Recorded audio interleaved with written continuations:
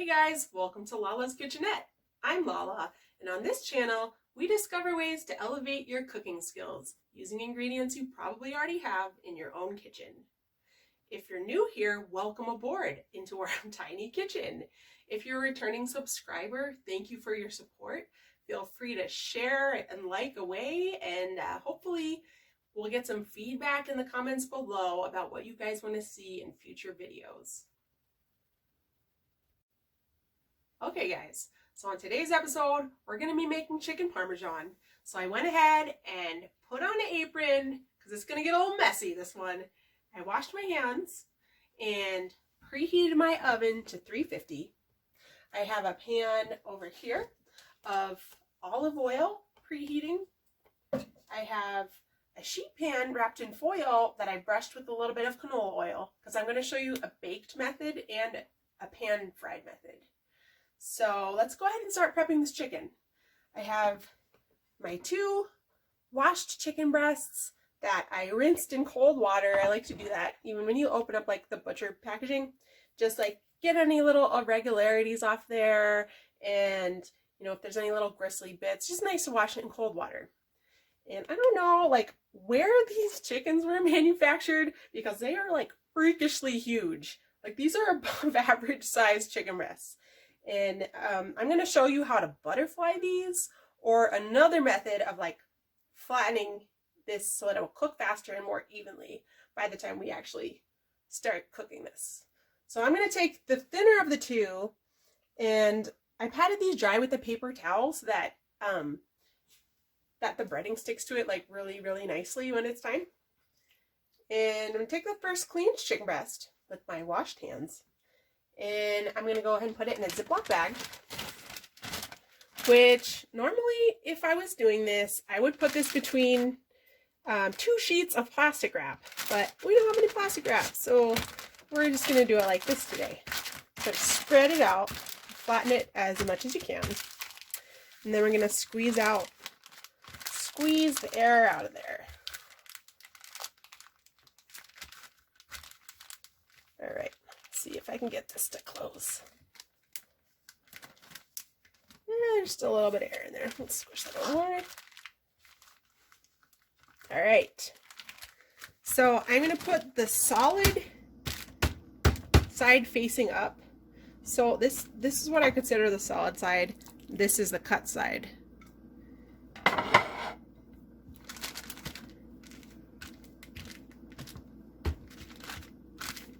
And these are just boneless, skinless chicken breasts, like already trimmed. So for this process, we're using our knuckles to flatten. If you have a meat tenderizer, then great, you can use that. But right now, this is what we're working with. And it works really great. So I'm gonna start in the middle. Let me move this, it's all jingly over here. All bouncing on the counter. Start in the middle of your protein, and we're basically using our knuckles to spread the muscle fibers out to make it flat and even all the way across.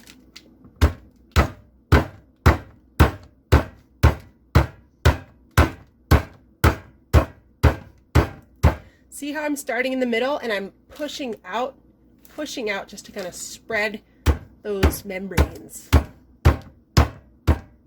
And you can kind of, once it starts to get a little thinner, you can sort of brush outwards with your knuckles, and that will help also to spread.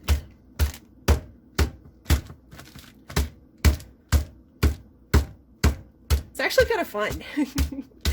This is like anger management 101 or something.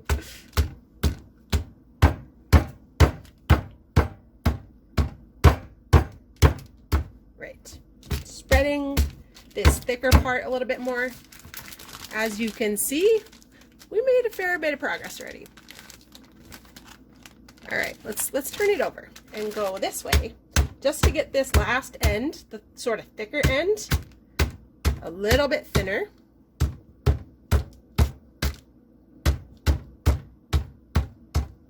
And I'm gonna call it quits right about there. All right, let's take this out of the bag so you can see what we did. I'm gonna grab another plate for this.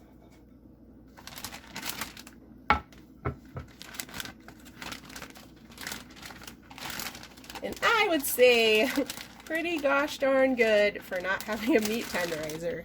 This is a really great alternative.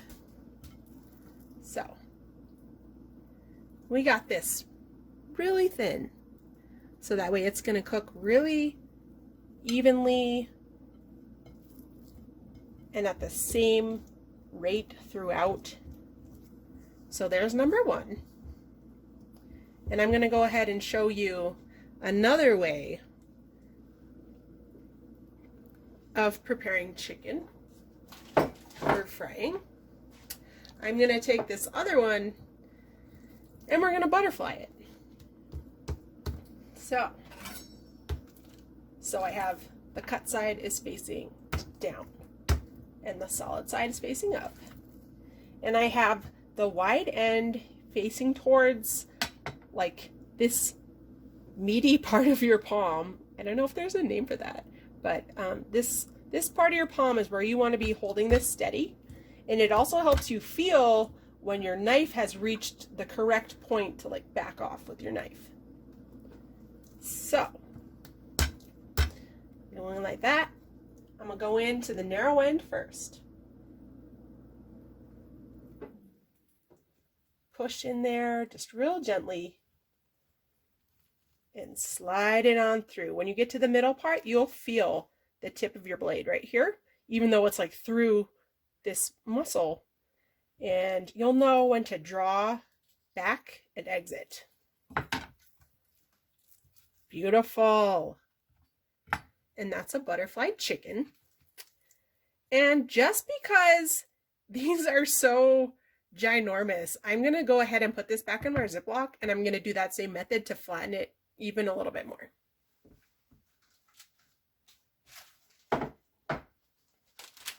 That way, you know, it's all an even thickness throughout, so it'll all cook at the same rate throughout. That way, you know, your breading's not getting too dark before the middle reaches 165, which is 165 degrees is the safe temperature to cook chicken to, nothing less. Once again, get this into our bag, squeeze some of this air out.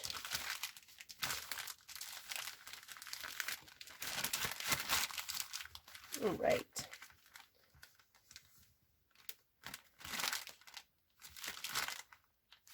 All right. Just about there. Cool. All right, this is so much fun. Once again, I'm going to put the side that I butterflied, the side that I cut into, I'm going to put that side down. And the outside, which has like that middle lump from where we separated it, I'm going to put that on top. So again, starting in the middle, and put this in the sink. All right, starting in the middle and working outwards. I'm not going to go as hard on this one since it's already pretty thin from our cool butterfly.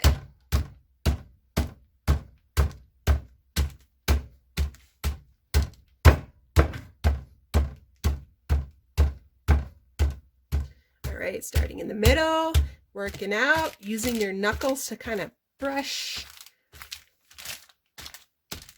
And I'm going to call it quits right about there. Got it nice and evened out. Tenderized. We've broken down some of those muscle fibers. And I think we're about ready to start breading these beauties over here.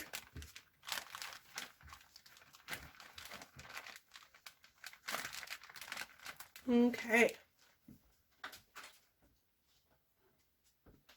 So there's our first one, which is the one we used only the hand thinning technique. And then this is our butterfly / hand pounded one. So I'm bring it over here. I have 3 eggs that I just It was like salt and pepper in there, just a sprinkle, and I just whisked them really, really thoroughly. Got a bunch of air bubbles in there, nice and fluffy. So now we're ready to dunk this in our breading. It helps to have one wet hand and one dry hand. If you're left-handed, I would recommend using your, if you're right-handed, I would use your right hand for your wet hand and your left hand for your breading hand. That way, if you're doing a bunch of these all at once, it'll save your breading from getting so saturated from egg and stuff that you have to throw it out, or you have to like sift lumps out halfway through. This will save you a lot of time. So, right hand is my wet hand. Going into our nice little egg bath over here. Got one side. We got the other side. And sort of wipe the excess breading on the edge of your bowl, because that will definitely save you a lot of breading too. All right, into our breadcrumbs over here. That's all it is, eggs and breadcrumbs. If you don't have pre-made breadcrumbs, these are just like Progresso pre-seasoned Italian style breadcrumbs. If you don't have any of those, you could use panko, or you can make your own breadcrumbs. You can either use some stale bread and toast it and add some seasoning to it and put it in your food processor. You can put it in a Ziploc and beat it with a rolling pin. Whatever bread you have around, you can make breadcrumbs with, as long as you toast it, season it, and crush it into crumbs somehow, whether it's with your blender, food processor, or by hand. You can even take like a Ziploc and like get the air out of it and rub like the bottom of a bowl on the surface just to grind up your bread into crumbs. Just toasted bread and seasonings. And for seasonings with that, I would just use like salt, pepper, parsley,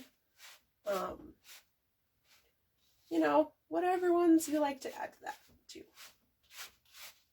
This is about ready to go onto our foil-lined, canola brushed sheet pan over here, because I'm going to show you one baked and one pan fried. And I just brushed it with canola oil. You could use vegetable oil, corn oil, cooking spray, just in case that breading wants to stick. You don't want your breading to fall off, so that's why we use a little bit of oil on there. All right, nice, look at that. Okay.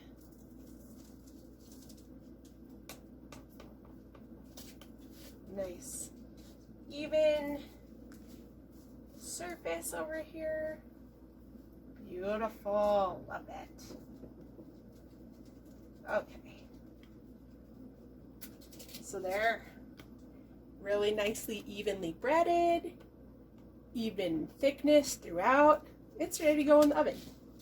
And while this is in the oven, a 350-degree oven that I already had preheated at the start of this video. While that is preheating, we're going to shift focus over to our pan frying method, which I have a pan of olive oil that's preheated. You could use a blend of olive oil and like vegetable or canola also, because olive oil has such a high smoke point, or olive oil does not have as high of a smoke point as like a clear vegetable oil will have. So if you blend olive oil and like a splash of some other clear cooking oil like canola, corn, or vegetable, that's going to let you cook at a higher heat without getting any smoking going on in your kitchen. So I got this pan, I got a nice little bath of oil in there, canola and olive, of course. Just want to show you how much is in there. It's like, I don't know, like a quarter inch, half inch. I'm glad I put that much in here since our chickens are huge. They're huge. I don't know what those ones are on. But they were massive. They are massive. So yeah, I went ahead and turned this up to a medium-high heat. And I'm going to start breading the second. There. And you know, this is super easy. This is really tasty comfort food.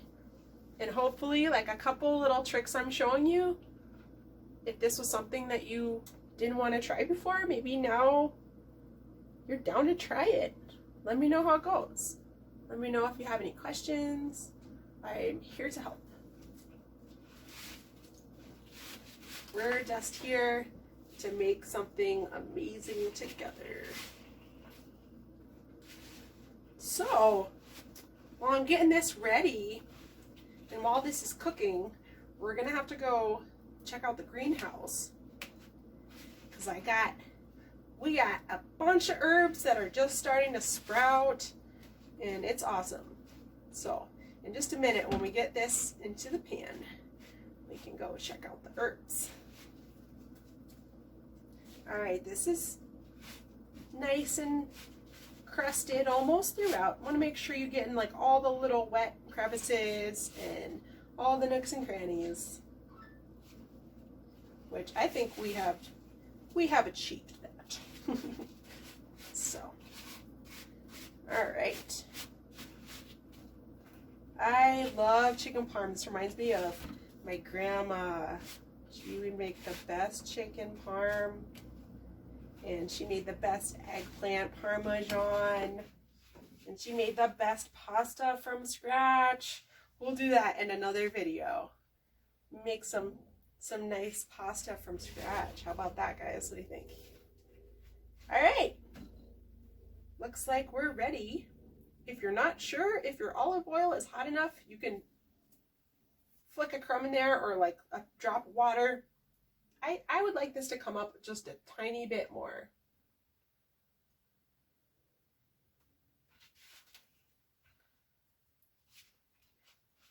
Okay, because you want the outside to get a nice golden crust on it.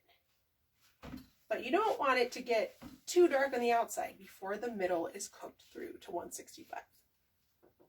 All right. We're going to put our monster chicken in the pan. There. See a nice little bit of bubbling going on around that? And I'm going to go ahead and I'm going to put a lid on this pan. So that way it just makes cleanup a little easier. You know, anytime you're frying in hot oil, it's going to create splatters that get on your counter and your stovetop and your stuff. So I'm just going to grab a lid.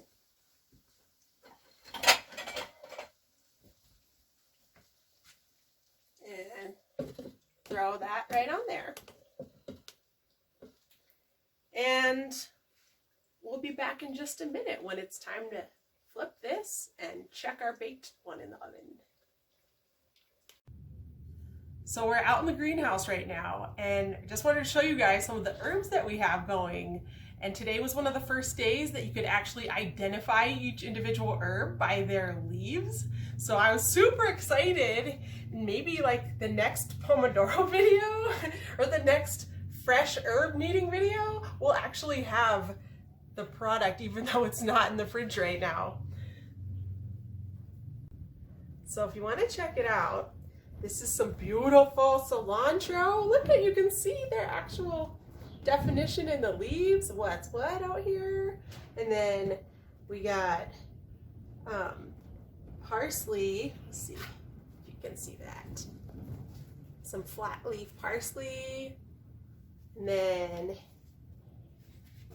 basil. It actually smells like basil today, which is so cool. Super excited.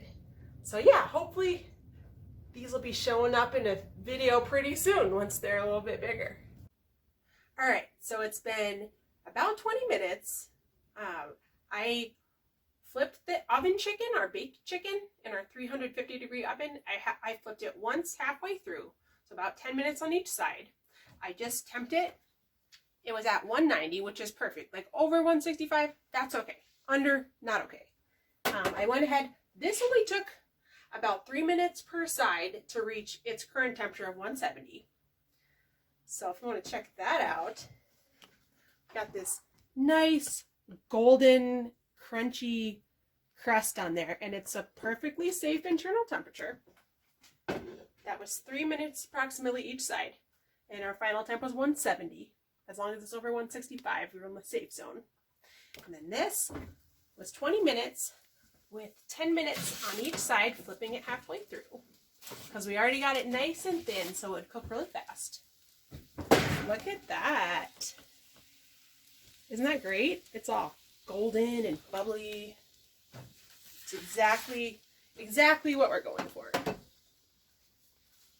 So I'm just going to show you a comparison, I guess, of the two. I'm going to go ahead and slice it up on my cutting board. And, you know, this is what you would serve, you know, on top of your pasta with red sauce. If you're making chicken parm, you know, put it in the oven and with some mozzarella shredded on top to melt. That's just your basic classic chicken parmesan for your chicken parmesan pasta. Right, get rid of this. So, this is our baked, temped out at 190. And this is our pan-seared version. Look.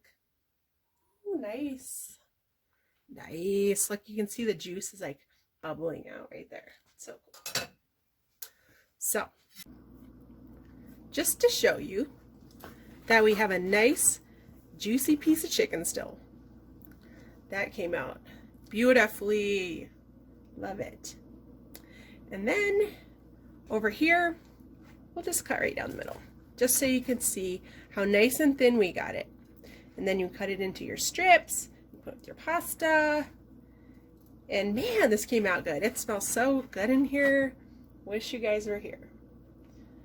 All right, well, there you have it, guys. Hopefully this was a pretty good guide for you if you're doing this for the first time, that you could bake chicken parm. And if you enjoyed this, please let me know in the comments below. If you have any questions, feel free to ask. I'm here to help. And thank you for joining me in my tiny kitchen. Peace out. It's Lala.